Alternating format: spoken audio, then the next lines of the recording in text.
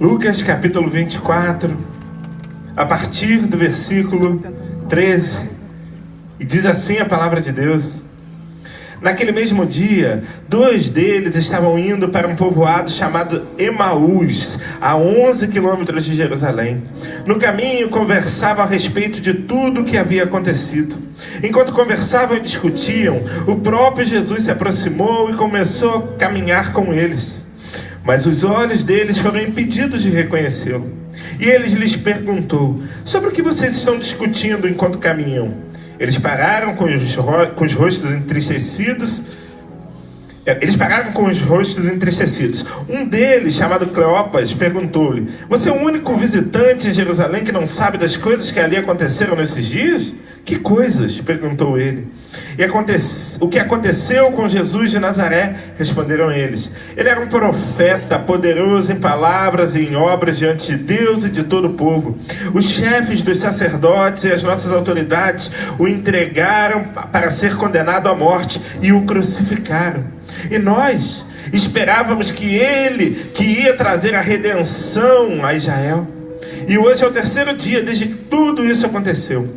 Algumas das mulheres entre nós nos deram um susto hoje. Foram de manhã bem cedo ao sepulcro e não acharam o corpo dele. Voltaram e nos contaram ter tido uma visão de anjos que disseram que ele estava vivo. Alguns de nossos companheiros foram ao sepulcro e encontraram tudo exatamente como as mulheres tinham dito, mas não o viram. E ele lhes disse: como vocês custam a entender e como demoram a crer em tudo que os profetas falaram? Não devia o Cristo sofrer essas coisas para entrar na sua glória? E começando por Moisés e todos os profetas, explicou-lhes o que constava a respeito deles em todas as Escrituras. E ao se aproximarem do povoado para o qual estavam indo, Jesus fez com que ia mais adiante. Mas eles insistiram muito com ele: fique conosco, pois a noite já vem. O dia já está quase findando. Então ele entrou para ficar com eles. Quando estavam à mesa com eles, tomou o pão, deu graças, partiu, deu a eles. Então os olhos deles foram abertos e o reconheceram, e ele desapareceu da vista deles. E perguntaram-se uns aos outros: não estava queimando o nosso coração enquanto ele nos falava no caminho e nos expunha as Escrituras? Levantaram-se eles e voltaram imediatamente para Jerusalém. Ali encontraram os 11, os que estavam reunidos com eles, que diziam... Encontraram os 11 e os que estavam com eles reunidos, que diziam: é verdade, o Senhor ressuscitou e apareceu a Simão. Então os 2 contaram o que tinha acontecido no caminho e como Jesus fora reconhecido por eles quando partia o pão. Jesus, toma a tua palavra, fala aos nossos corações nessa manhã. Nós cremos que Tu és um Deus vivo, que nós servimos a um Deus vivo que está aqui e que ministra aos nossos corações. E quando nós adentramos na Tua presença, é impossível sair da mesma forma com a qual nós entramos. Nós queremos ouvir a Tua voz, em nome de Jesus. Amém. Queridos, eu acho que não há dúvida. Fica claro para os nossos corações, para a nossa fé, que as melhores notícias que o mundo já ouviu na sua história vieram de um túmulo, do túmulo vazio de Jesus. A história da Páscoa, ela não termina num funeral, mas ela termina com uma festa, a festa da ressurreição. O túmulo, ele foi aberto, mas ele não foi aberto de fora para dentro, ele foi aberto de dentro para fora. Nós pregamos a um Cristo que esteve morto e está vivo. Nós pregamos a um Cristo que esteve morto e está vivo. Ele entrou na morte, mas ele entrou na morte para matar a morte, para vencer a morte, porque ele é a ressurreição e a vida, e por isso a morte foi vencida por Jesus. Nós hoje não pregamos um Cristo morto, mas proclamamos um Jesus que ressuscitou da morte. A ressurreição é a demonstração suprema do poder de Deus. E essa manhã eu queria refletir sobre o seguinte tema: o poder da ressurreição. O poder da ressurreição. Em cima desse tema, eu quero analisar pelo menos 3 fatos essa manhã, para que nós possamos dialogar com esse texto e entender quão poderoso é para a humanidade a ressurreição de Cristo Jesus. Em primeiro lugar, eu queria tratar com os irmãos da importância em si da ressurreição de Jesus.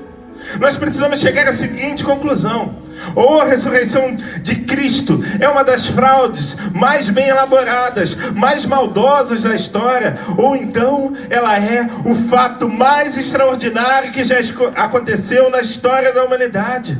A ressurreição de Cristo e o cristianismo, eles permanecem em pé ou eles vão cair juntos. Sem a verdade bendita da ressurreição de Cristo, o cristianismo não pode existir. Paulo, ele aponta para a ressurreição de Cristo. Porque Jesus ressuscitou, nós fomos perdoados. Porque Jesus ressuscitou, a nossa fé é baseada em um sólido fundamento. Porque Jesus ressuscitou, a nossa fé, a nossa pregação é poderosa e eficaz. Porque Jesus ressuscitou, o nosso testemunho é verdadeiro. Porque Jesus ressuscitou, os que dormiram em glória ressuscitarão. Porque Jesus ressuscitou, Ele nos garante a verdadeira e a plena alegria nessa vida e na vida que é por vir. Porque Jesus ressuscitou, o nosso trabalho para Deus não é em vão. Porque Jesus ressuscitou, a sepultura nunca será o nosso último endereço. Porque Jesus ressuscitou, a morte não tem a última palavra. Não. Sem a ressurreição de Cristo, o cristianismo seria a maior fantasia, a maior farsa inventada na história da humanidade. Mas se isso fosse uma mentira, os mártires teriam morrido por uma mentira. Se isso fosse uma mentira, essa mentira não teria o poder de salvar o mundo. Mas de fato, Jesus ressuscitou. Se a gente para observar as grandes religiões existentes no mundo, eles não vivem uma esperança de vida, uma esperança de vitória, uma esperança de vitória sobre essa morte. A grande diferença entre o cristianismo e as demais religiões é que o túmulo de Jesus, ele está vazio. Se você for lá, você encontra o túmulo de Buda, o túmulo de Confúcio, de Maomé, de Allan Kardec, mas o túmulo do nosso Senhor, ele está vazio, porque Ele ressuscitou, Ele venceu a morte, Ele está vivo pelos séculos dos séculos, Ele é a esperança viva em nós. Nós adoramos um Cristo que está vivo, sentado à direita do Pai, governando o universo, e que vai voltar para nos buscar. Mas você pode perguntar: existem evidências sobre essa ressurreição?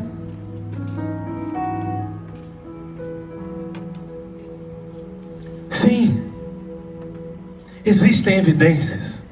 Evidências inquestionáveis.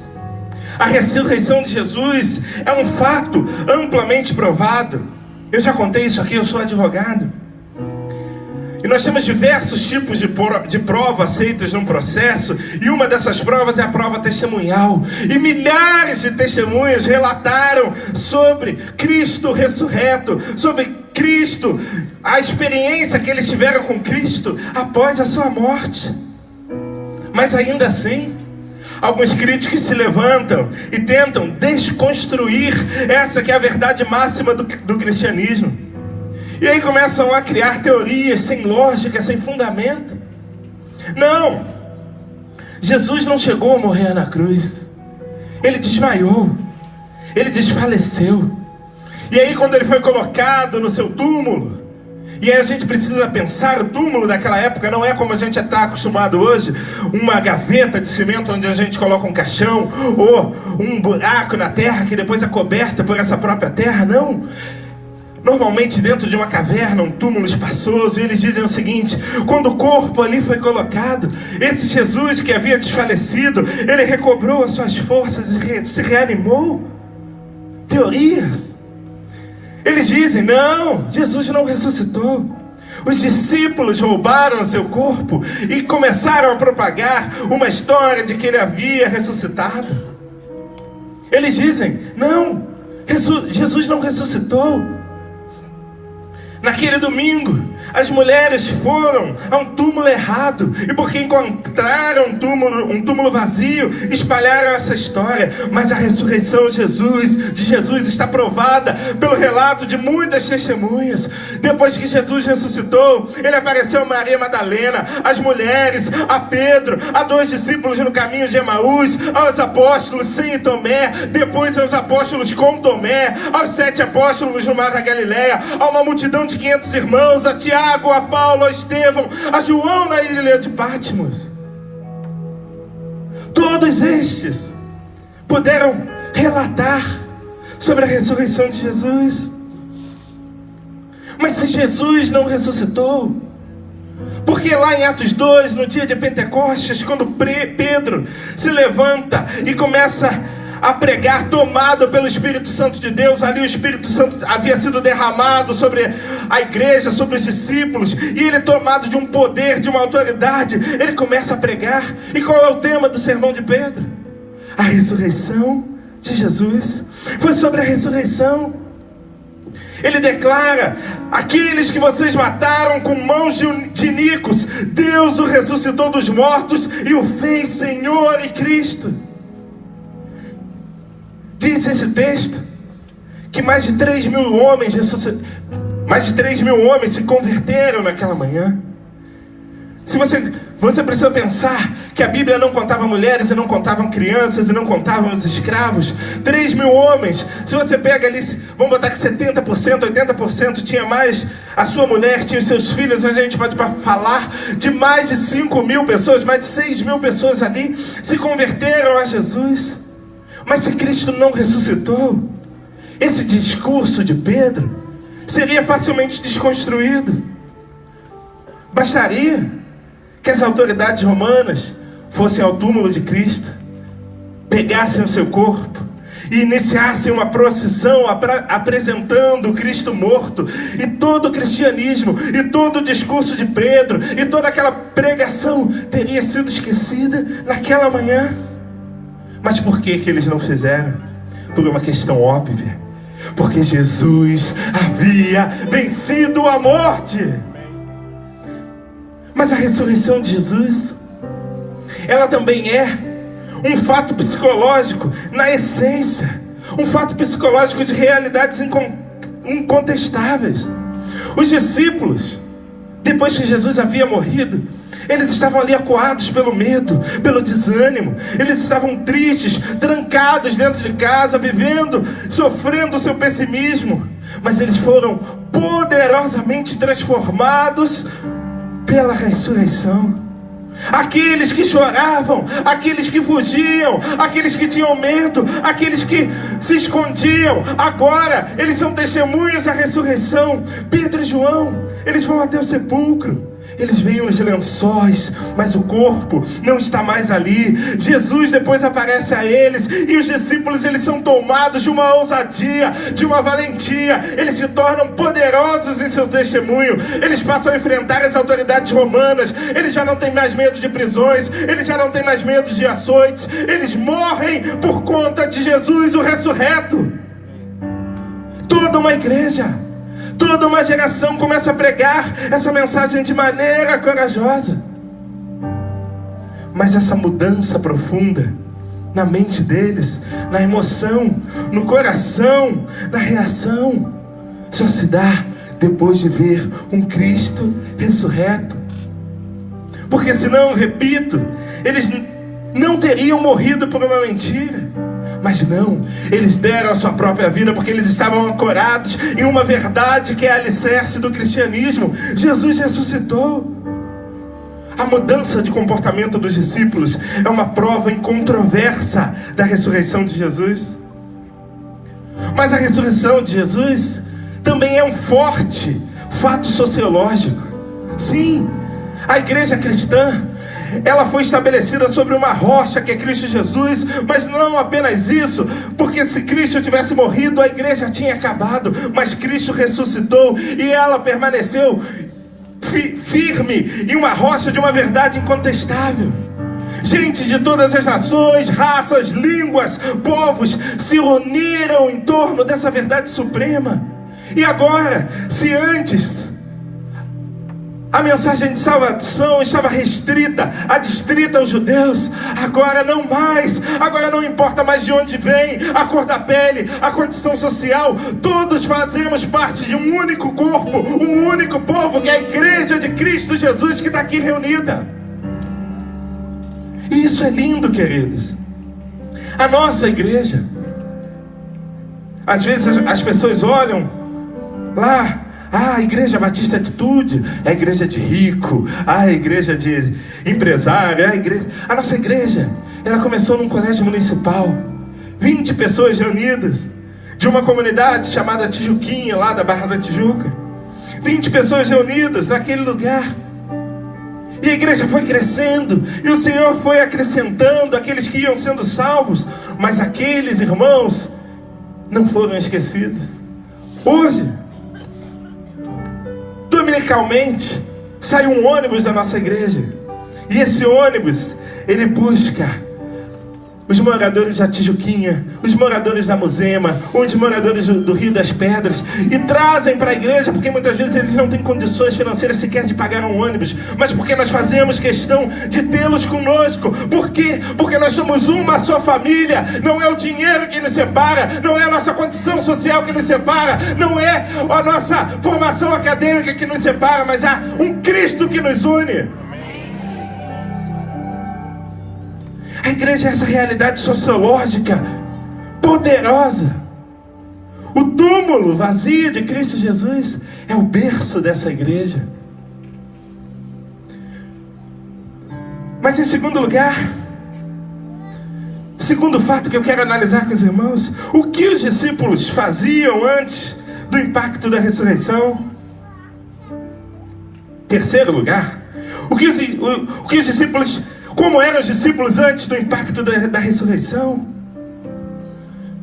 Eles estavam ali, acuados, com medo. Esses dois discípulos haviam desistido de tudo e estavam caminhando de volta para Emaús. E aí quando você vê ali, versículo 14, versículo 15, no caminho conversavam a respeito de tudo que havia acontecido, e enquanto conversavam e discutiam, o próprio Jesus se aproximou e começou a caminhar com eles. Os seus olhos estavam cegos a despeito da proximidade de Jesus. Quantas vezes Jesus está caminhando do nosso lado e nós não conseguimos ver porque nós não entendemos que Ele ressuscitou? Quantas vezes nós estamos ali passando por problemas e Jesus está ali do nosso lado e a gente não consegue enxergar porque nossos olhos estão cegos? Quantas pessoas não têm essa verdade da ressurreição, e quantas vezes na caminhada da sua vida elas estão caminhando e elas não percebem que Jesus está ali, e elas vão seguindo a sua vida coberta de pessimismo, de tristeza, de desânimo. Quem aqui não conhece alguém que você pergunta: ô querido, tá tudo bem? Ah não, tá tudo ruim. Ah, está acontecendo isso, para mim não tem mais jeito, eu vou desistir de tudo. Pessoas que não conseguem entender que a sexta-feira passou, mas nós chegamos ao domingo e Jesus ressuscitou. Jesus está ao lado delas, mas elas não conseguem desfrutar da bênção da comunhão com Ele. Versículo 25. Ele lhes disse: como vocês custam a entender e como demoram a crer em tudo o que os profetas falaram. Os seus olhos estavam tampados, apesar do relato das Escrituras. Vejam que a ressurreição de Cristo para eles não era para ser uma surpresa. Se eles tivessem lido corretamente o Antigo Testamento, se eles tivessem prestado atenção naquilo que Cristo havia pregado, se eles acreditassem no que a palavra profetizava sobre Cristo Jesus, eles teriam certeza de que isso ia acontecer. Todos os profetas apontaram para essa verdade. Toda a Escritura apontava para esse acontecimento. Olha lá, versículo 27, começando por Moisés e todos os profetas, explicou-lhes o que constava a respeito dele em todas as Escrituras. Então, todos que olhavam para essa Escritura, para as promessas de Deus, para as profecias, segundo a ótica veterotestamentária, sabiam que Cristo teria que sofrer, sabiam que Cristo teria que morrer, mas a mão dos pecadores não iria prevalecer sobre ele. O Antigo Testamento já havia nos mostrado isso. Ele venceria a morte, ele mataria a morte, ele triunfaria sobre a morte não poderia detê-lo. As Escrituras, todas, estavam provando essa realidade inegável. Mas a incredulidade, ela coloca uma venda em nossos olhos. Jesus começa a caminhar com aqueles discípulos em direção a Emaús e começa a abrir as Escrituras e a expor sobre as Escrituras. Mas eles não conseguiam ver, porque eles estavam incrédulos. Toda vez que nós caminhamos sem a luz das Escrituras sobre a nossa vida, nós vamos caminhar cabisbaixos. Nós vamos caminhar achando que a morte é mais forte do que a vida. Nós vamos caminhar achando que o mal é mais forte que o bem. Mas não, o nosso Jesus ressuscitou. Versículos 22 e 24, 22 a 24. Algumas das mulheres entre nós nos deram um susto hoje. Foram de manhã bem cedo ao sepulcro e não acharam o corpo dele. Voltaram e nos contaram ter tido uma visão de anjos que disseram que ele estava vivo. Alguns de nossos companheiros foram ao sepulcro e encontraram tudo exatamente como as mulheres tinham dito, mas não o viram. Seus olhos estavam fechados, também a despeito dos testemunhos dos irmãos. Quando essa verdade da ressurreição ela não está pulsando na nossa alma, nós nos recusamos a crer no testemunho de pessoas que nós confiamos. Nós nos recusamos a crer em testemunhos eloquentes, pessoais, de pessoas em que nós amamos, que caminharam conosco. Você lembra de Tomé? Jesus, quando veio ter com os discípulos, a primeira vez após ter ressuscitado, Tomé não estava lá. E aí quando Tomé volta, os discípulos falam: o nosso mestre ressuscitou, ele está vivo. E Tomé diz: eu só vou crer se eu colocar o dedo no buraco de suas mãos. Eu só vou crer se eu vê-lo com os meus próprios olhos. Eu só vou crer. Tomé tinha andado 3 anos com aqueles apóstolos. Tomé confiava, Tomé conhecia, mas a incredulidade não o permitiu crer no testemunho dos seus irmãos. Aqueles 2 discípulos que caminhavam para Emaús, eles já tinham diversas evidências da ressurreição de Cristo. As promessas de que Jesus morreria, mas que ressuscitaria ao 3º dia. O túmulo vazio. As mulheres que tinham visto ressuscitado. Os anjos que deram testemunho da ressurreição. Alguns dos discípulos já tinham visto o túmulo vazio, mas ainda assim eles não creram. Ainda assim eles não creram. Quem aqui, talvez você aqui, tenha tido a sua vida transformada radicalmente pelo poder de Cristo Jesus, ou talvez você conhece alguém que foi transformado pelo poder de Cristo Jesus, mas ainda assim, quantas pessoas com as quais nós convivemos no nosso meio, na nossa família, na nossa casa, no nosso trabalho, não creem, mesmo vendo a transformação, mesmo vendo o milagre que Jesus fez, mesmo vendo tudo que Jesus pode fazer, elas não creem, elas caminham sem qualquer esperança. Tem muita gente vivendo esse reducionismo, esse achatamento de vida, porque não dão crédito ao testemunho que outras pessoas têm dado do poder da ressurreição em suas vidas. Versículo 14 e versículo 20. No caminho conversavam a respeito de tudo o que havia acontecido. Os chefes dos sacerdotes e as nossas autoridades o entregaram para ser condenado à morte e o crucificaram. Os pés daqueles 2 discípulos estavam na estrada da fuga, a despeito das várias evidências da ressurreição.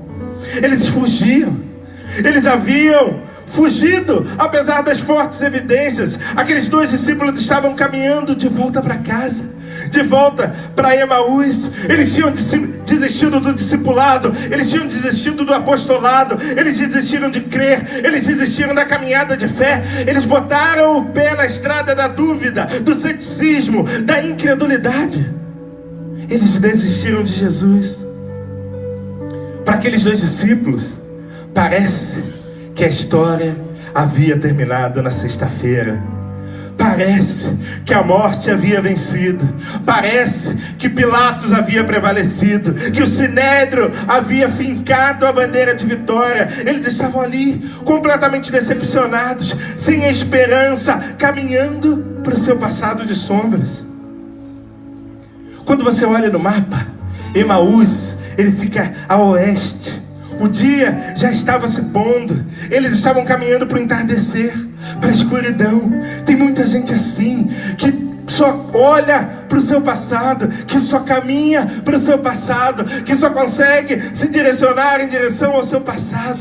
Mas o cristão, ele não tem que caminhar para a escuridão, mas para o amanhecer. Ele tem que viver guiado pela ressurreição de Cristo Jesus. Ah, não vai ter problema. Vai ter problema. Mas não se concentre nos problemas, mas nas soluções. Não se desespere com a sexta-feira da paixão. Olhe, tenha esperança. O domingo vai chegar, Jesus vai ressuscitar. Não viva como um vencido, mas viva como um vencedor. Versículo 17. Ele lhes perguntou: sobre o que vocês estão discutindo enquanto caminham? O coração daquele povo, daqueles 2 discípulos, estavam tomados de profunda tristeza. Estavam tristes quando eles teriam que estar se alegrando. Quantas vezes a nossa vida é assim? A festa está acontecendo, a nossa bênção já chegou, mas a gente não consegue enxergar, e a gente está preso na nossa tristeza, a gente está preso na nossa via sacra de lamento, de dor, de tristeza, porque nós não tomamos posse do poder da ressurreição em nossa vida. Jesus ressuscitou. Jesus ressuscitou. E se Jesus ressuscitou, essa ressurreição tem que ter um impacto de poder na nossa vida. Essa ressurreição tem que nos transformar. Quando você olha lá nos versículos 26 e também no 31, 26 a 28 e 31, diz assim, ó: ele lhes disse: como vocês custam entender e como demoram a crer em tudo aquilo que os profetas falaram? Não devia o Cristo sofrer essas coisas para entrar na sua glória? E começando por Moisés e todos os profetas, lhe explicou o que constava a respeito deles em todas as escrituras. E ao se aproximarem do povoado para o qual estava indo, Jesus fez com que ia a mais adiante. Versículo 30. Quando estavam na mesa com eles, tomou o pão, deu graças, partiu e deu a eles. Os olhos daqueles discípulos foram abertos pela explicação das Escrituras. Quando a gente entende toda a narrativa da morte de Jesus, quando a gente entende que não é uma lenda, quando a gente entende que isso de fato aconteceu, quando a gente entende que havia um plano de Deus, que Deus estava no controle de todas as coisas, que nada disso era surpresa, porque já estava previsto na palavra, os nossos olhos são abertos. Nós não caminhamos de maneira cega. Quando Jesus, ele se revela pelas Escrituras àqueles discípulos, ele diz lá: olha, examinai as Escrituras, porque são elas quem testificam de mim. Mas nos nossos dias, tanta gente querendo conhecer Jesus fora das Escrituras. Não, eu sirvo ao meu Deus. O meu Jesus é aquele que fala comigo do meu jeito, na minha experiência pessoal. Eu sirvo ao meu Deus. Eu não preciso congregar, eu sirvo a Deus em casa. Eu sirvo o meu Deus do jeito que eu quero. Muita gente quer conhecer Jesus, mas não quer se debruçar na Escritura.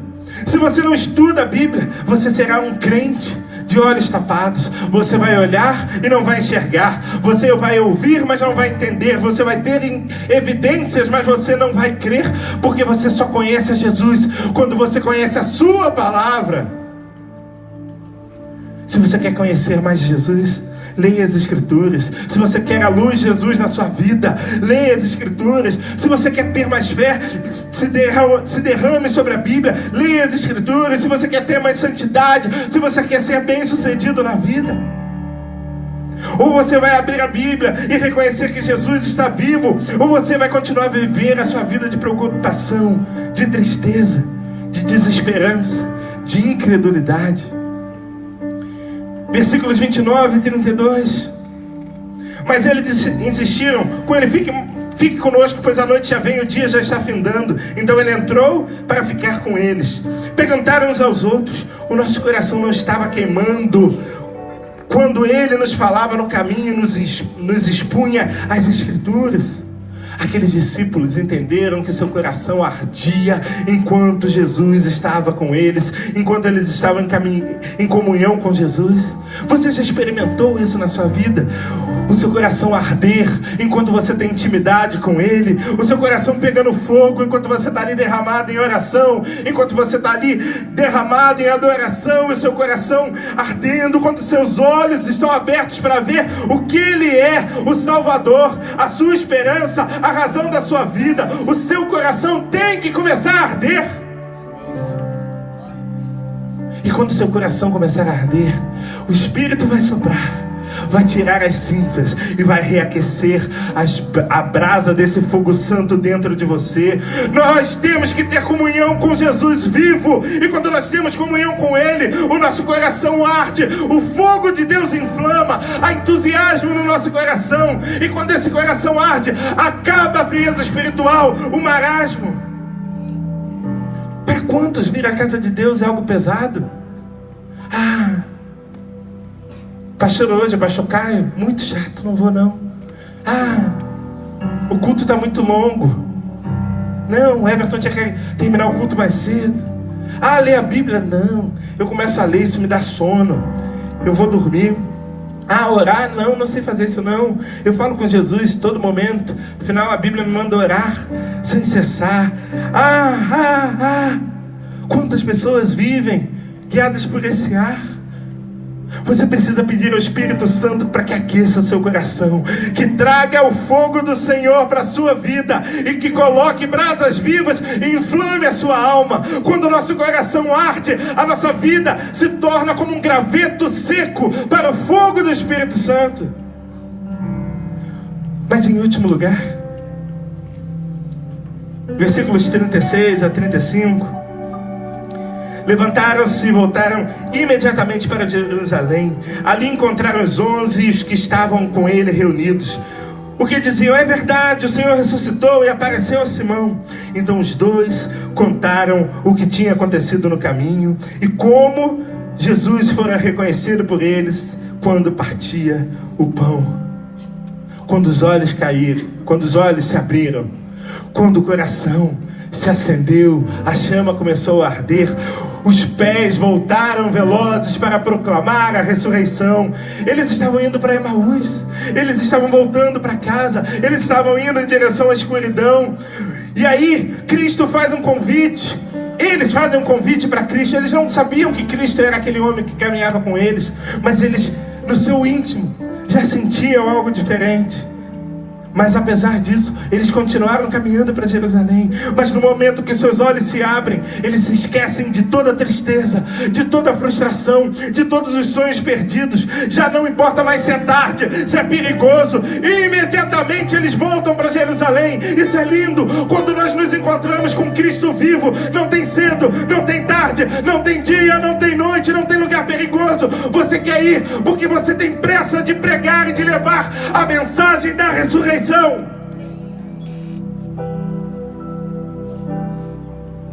Assim tem que ser o nosso coração. Ele ressuscitou, Ele está vivo, Ele é a razão da nossa vida.